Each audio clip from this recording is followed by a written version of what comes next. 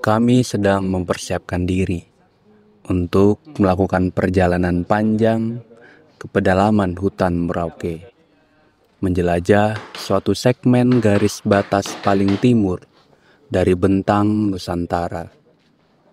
Perkenalkan, saya Andi Putra Parlindungan, surveyor pemetaan di Pusat Pemetaan Batas Wilayah Badan Informasi Geospasial.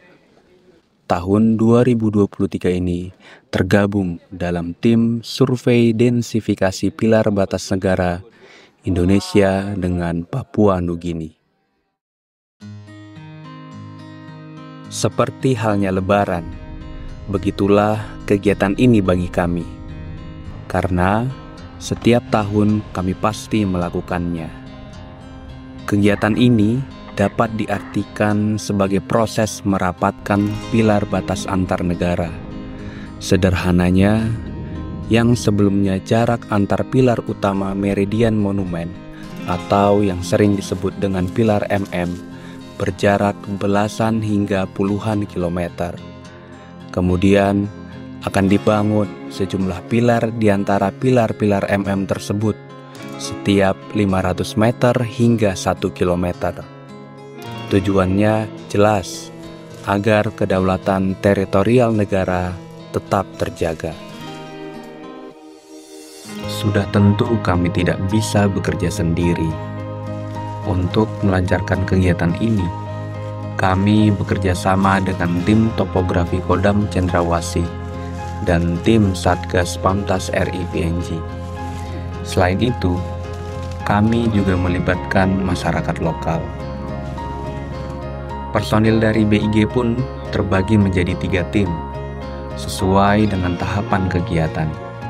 Tim pertama melakukan clearing dan stakeout. Tim kedua melakukan pengamatan GNSS. Dan tim ketiga melakukan pemasangan pilar.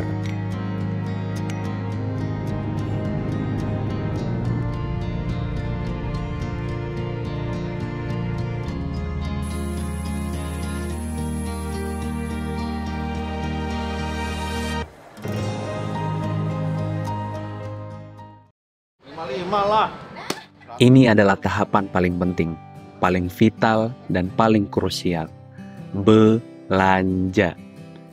Banyak yang harus dibelanjakan, mulai dari beras, lauk pauk, mie instan, air mineral, hingga obat-obatan.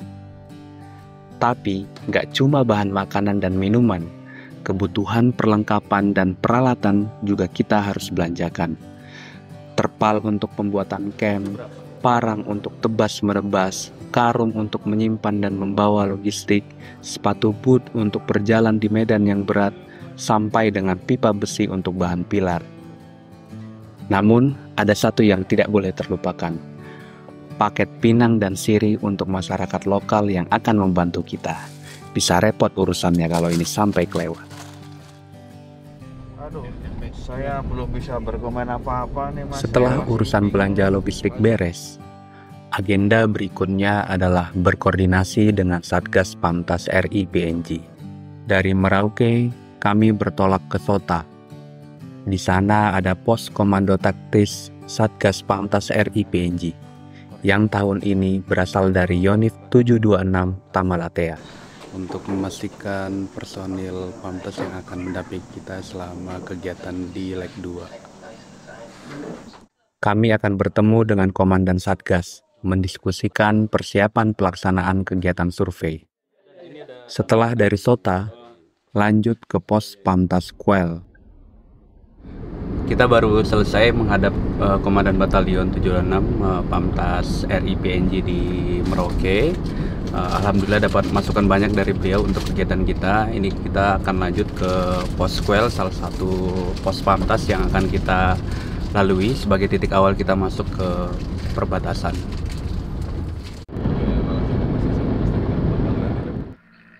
Kami menjumpai beberapa masyarakat yang akan membantu pekerjaan ini, menjelaskan apa yang akan kita kerjakan besok dan bentuk pelibatan mereka. Berhari-hari di situ, kita pindah dulu dari sini ke camp itu, camp rusa kecil, gitu. Baru nanti setelah itu kita mulai jalan kaki tuh dari sana kan ke Nah, kita mau kemana nih, Mas? Sepulang dari Poskwel, kami masih harus melakukan pengecekan peralatan GNSS yang akan kami gunakan. Kita lagi ngecek alat, mau nggak mau malam karena waktu persiapannya terbatas. Kita manfaatkan waktu yang ada.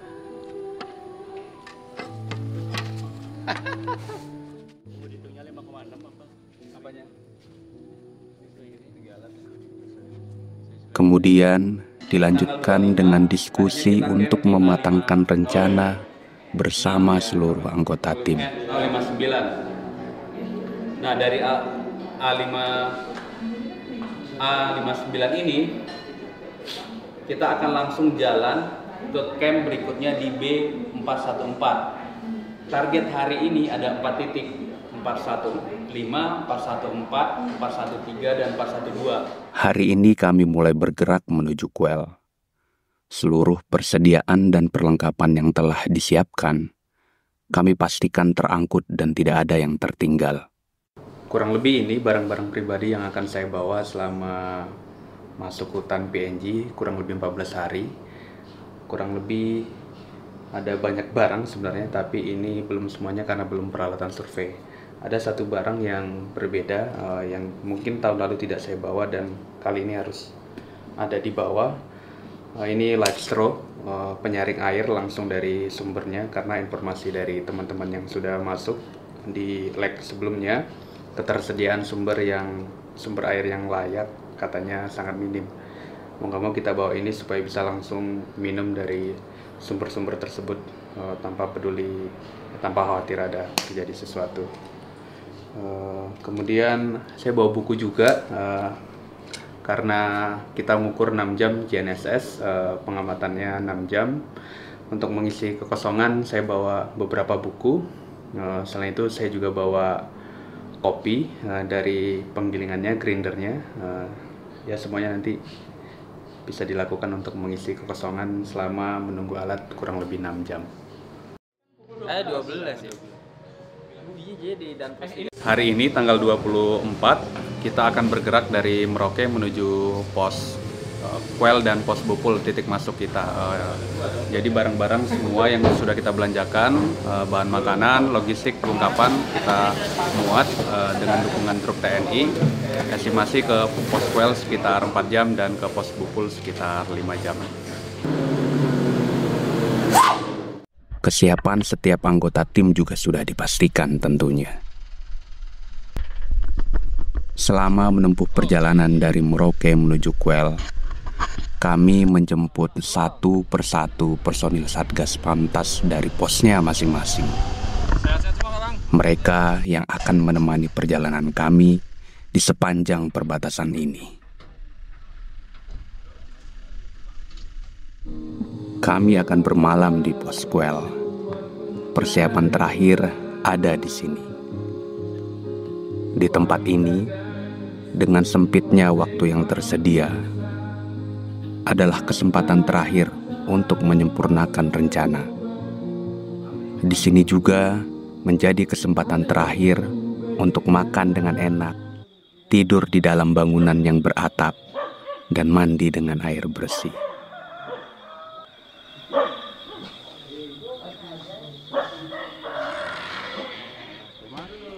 Tisu kan bawa cadangan. Jempol.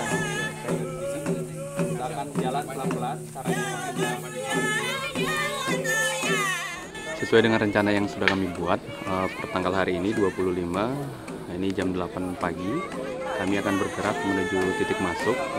Titik masuk jaraknya 3 km dari pos, kemudian dari titik masuk kurang lebih 11 km ke titik pertama kami akan menginap kurang lebih 4-5 jam. Ya, semoga sesuai dengan rencana, tidak ada halangan, dan doakan kami ya.